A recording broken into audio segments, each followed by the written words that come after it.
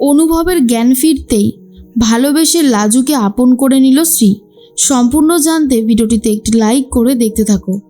গল্পের শুরুতেই দেখা যায় বনলতা শ্রীদেরকে ভুল বোঝানোর চেষ্টা করে যে লাজুর জন্যই অনুভবের অবস্থা এতটা খারাপ হয়েছে, কিন্তু পরক্ষণে অনু সবাইকে ক্লিয়ার করে বলে দেয় লাজু যদি না থাকতো তাহলে ছোটদা ভাইয়ের আরও বড়সড় কোনো বিপদ হতো। এর মাঝখানেই নার্স এসে বলে আপনাদের পেশেন্টের অবস্থা সত্যি এখন অনেক বেশি ক্রিটিক্যাল। ডাক্তারবাবু বলতে গেলে হাল ছেড়ে দিয়েছে। আর এটা শোনার পরেই শ্রী তো খুবই কান্নাকাটি শুরু করে দেয়। তখনই বনলতা বলে কি শুরু করেছেন আপনারা? ইচ্ছে করে আপনারা অনুভবের এই অবস্থা করলেন, অনুভবকে ফেলে রেখে দিয়েছেন, আবার বড় বড় কথা বলছেন। এক্ষুনি আমরা অনুভবকে এখান থেকে নিয়ে চলে যাব অন্য কোনো হাসপাতালে। নার্স তখন বলে সে আপনাদের যেমন ইচ্ছা, কিন্তু পেশেন্টের অবস্থা এখন এতটাই খারাপ যে ওকে অন্য কোথাও শিফট করাতে পারবেনই না, কারণ নিয়ে যাওয়ারও তো একটা ধকল থাকে, তাই না? জেঠুমণি বলে ওর কথা শুনবেন না, আসলে ওর মাথাটা এখন কাজ করছে না। আমি বলি কি আপনারা একবার চেষ্টা করুন, আপনারা চাইলে সব কিছু সম্ভব। নার্স বলে ডাক্তারবাবু চেষ্টা করছেন, কিন্তু জানি না কি হবে। এর মাঝখানেই লাজু চলে এসেছে হসপিটালে। যথারীতি লাজুকে দেখার পরেই বনলতা বলে তুই এখানে এসেছিস কেন? কি করতে তুই এখানে এসেছিস? এক্ষুনি এখান থেকে বেরিয়ে যা। লাজু বলে বনলতা দিদি আমি একটা বার ভেতরে যাব, এই ফুলটা আমি ওর মাথায় ছুঁয়ে দিতে চাই। তখনই বনলতা বলে এই তুই না ডাক্তারি পড়ছিস, এই সমস্ত শিখেছিস, কোথায় না কোথায় পড়েছে ফুলটা, সেটা নিয়ে এখন অনুভবের মাথায় ছোঁয়াতে চাইছিস? এখান থেকে তো ইনফেকশন ছড়াতে পারে। বনলতা বলে কোথাকার ফুল না, এটা হচ্ছে স্বয়ং মহাদেবের কাছ থেকে আনা ফুল। আমি ভগবানের কাছে প্রার্থনা করছিলাম যাতে খিটকেল সুস্থ হয়ে যায়। ভগবানের মাথা থেকে এই ফুলটা পড়েছে, এই ফুলটা ছোঁয়াতেই হবে, একটা বার ভেতরে যেতে দাও না। কিন্তু বনলতা কোনোভাবেই যেতে দেবে না বলে ঠিক করে লাজুকে, আর সেই জন্য খুবই বাড়াবাড়ি করছিল। শ্রী তখন বলে না, লাজু যখন ফুলটা নিয়ে এসেছে তখন ও যাবে, গিয়ে ফুলটা ছুঁয়ে দেবে, আমি বলছি দেবে। আর এটা শোনার পর বনলতা বলে আন্টি আমি তো ভেবেছিলাম তুমি আধুনিক যুগের মানুষ, তুমি এসব কি করে বলো? এ সমস্ত কুসংস্কার তুমি মানো? শ্রী তখন বলে শোনো, তোমাকে যেই কথাটা বলছি সেটা মাথায় রেখো। লাজু তুমি পারবে আমার ছেলেটাকে সুস্থ করে দিতে? বলো না পারবে? লাজু বলে কাকি চেষ্টা করে তো দেখতেই পারি, তাই না? স্বয়ং ভগবান আমাকে এই ফুলটা দিয়েছেন, তো এই ফুলটা যদি আমি ওর মাথায় ছুঁয়ে দিই আশা করি ওর জ্ঞান ফিরে আসবে। সেই বিশ্বাস থেকেই শ্রী লাজুকে ভেতরে পাঠানোর ব্যবস্থা করে। এরপর লাজু ভেতরে যায় আর ডাক্তারবাবুকে বলে ওর অবস্থা এখন কেমন আছে। ডাক্তারবাবু বলে চিকিৎসা তো চলছে, দেখা যাক কতদূর কি হয়।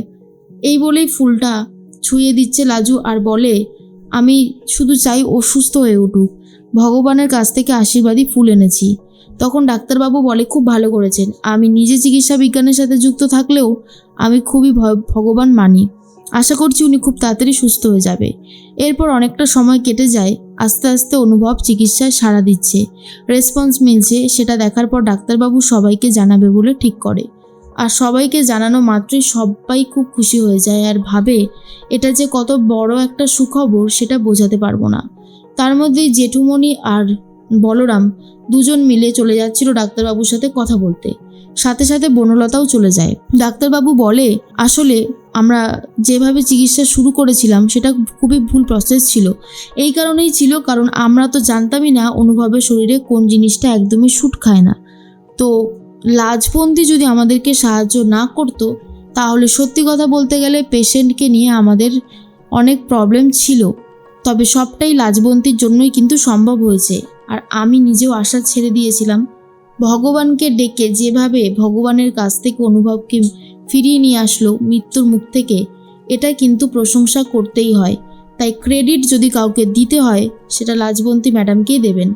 এসব শোনার পরেই বনলতা ভাবে আবার এখন লাজুকে নিয়ে একটু তোল্লাই দেওয়া হবে। জাস্ট বিরক্তিকর লাগছে, কোনো না কোনোভাবে লাজু ঠিক একটা না একটা কিছু করে পার পেয়ে যাচ্ছে। এর মাঝখানেই লাজু জানতে পারে অনুভব সুস্থ হয়ে উঠছে, তাই খুবই খুশি হয়ে যায় লাজু। বাড়িতে শর্মিলা এখনো পর্যন্ত জানে না যে অনুভব সুস্থ হয়ে উঠেছে। খুবই কান্নাকাটি করতে থাকে। ঠাম্মি তখন বলে, আমার বয়স হয়েছে, আমি চলে গেলেও অত দুঃখ লাগবে না, কিন্তু আমার নাতিটা তো ইয়ং, ভগবান তুমি ওকে ভালো করে দাও। ঠাকুরের কাছে প্রার্থনা করতে থাকে। আর জেঠিমণি বলে, মা আপনি একদম চিন্তা করবেন না, দেখবেন আমাদের অনুভব ঠিকই সুস্থ হয়ে যাবে। আর অনুভবে সুস্থ হওয়ার খবরটা জেঠিমণিকে আর ঠাম্মিকে দিয়ে দেয় বাড়ির সবাই। আর তখনই খুবই খুশি হয়ে যায় জেঠিমণি। আর ঠাম্মি বলে, জানতাম এটা শুধুমাত্র লাজুর পক্ষেই সম্ভব। যেভাবে লাজু সবটা করে সত্যি প্রশংসনীয়। শর্মিলা বলে, লাজু আমাদের ভালো চায় আর বারবার সেটা প্রমাণ করে দিয়েছে, কিন্তু বনলতা যা শুরু করে সেটা মাঝে মধ্যে আর মেনে নেওয়া যায় না, তাই না মা? ঠাম্মি বলে, একদমই ঠিক কথা। এদিকে লাজু ভগবানের কাছে ডাকে আর বলে, তুমি আমার কথা শুনেছ, তার জন্য লাজু একদম কৃতজ্ঞ থাকবে। এর মাঝখানেই অনুভব তো এখনও ঘুমাচ্ছে। শ্রী তো দেখতে যাবে বলে ঠিক করে, কিন্তু ডাক্তারবাবু বলে এখন ওনাকে দেখতে যাওয়া হবে না, এখন উনি একটু বিশ্রাম নিচ্ছেন। আশা করছি উনি এরপর ঘুম থেকে উঠলেই উনি আপনাদের সাথে দেখা করবেন আর পুরো বিষয়টা নর্মাল হয়ে যাবে। এর মাঝখানে বনলতা বলে, লাজু তোর তো কাজ মিটে গেছে, তুই এখান থেকে এবার যেতে পারিস। কিন্তু লাজু কোনোভাবেই বেরোতে চায় না আর বলে, বনলতা দিদি তুমি এরকম করছো কেন? আমি তোমার সাথে কি খারাপ করেছি বলো তো? বনলতা বলে, শোন, আমি না এ সমস্ত নিয়ে তোর সাথে কথা বাড়াতে চাই না। একটা কথা কান খুলে শুনে রাখ, অনুভব আমার স্বামী, আর অনুভবকে নিজের করে পাওয়ার চেষ্টা করলে কিন্তু খুবই খারাপ হয়ে যাবে। শ্রী তখন বলে, আজকে লাজুর জন্যই সবটা সম্ভব হয়েছে।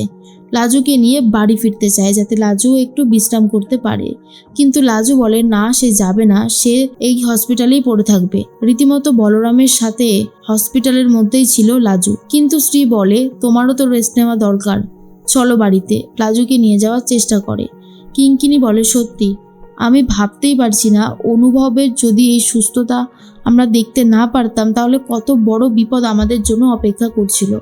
তখন দাদাভাই বলে, আসলেই সবটা সম্ভব হয়েছে শুধুমাত্র লাজুর জন্যই। লাজু যেভাবে সবটা করেছে, যেভাবে ভগবানকে ডেকে রীতিমতো প্রাণ ভিক্ষা করে নিয়ে এসেছে আমাদের অনুভবের, ও ছাড়া ও না থাকলে কিছুই হতো না।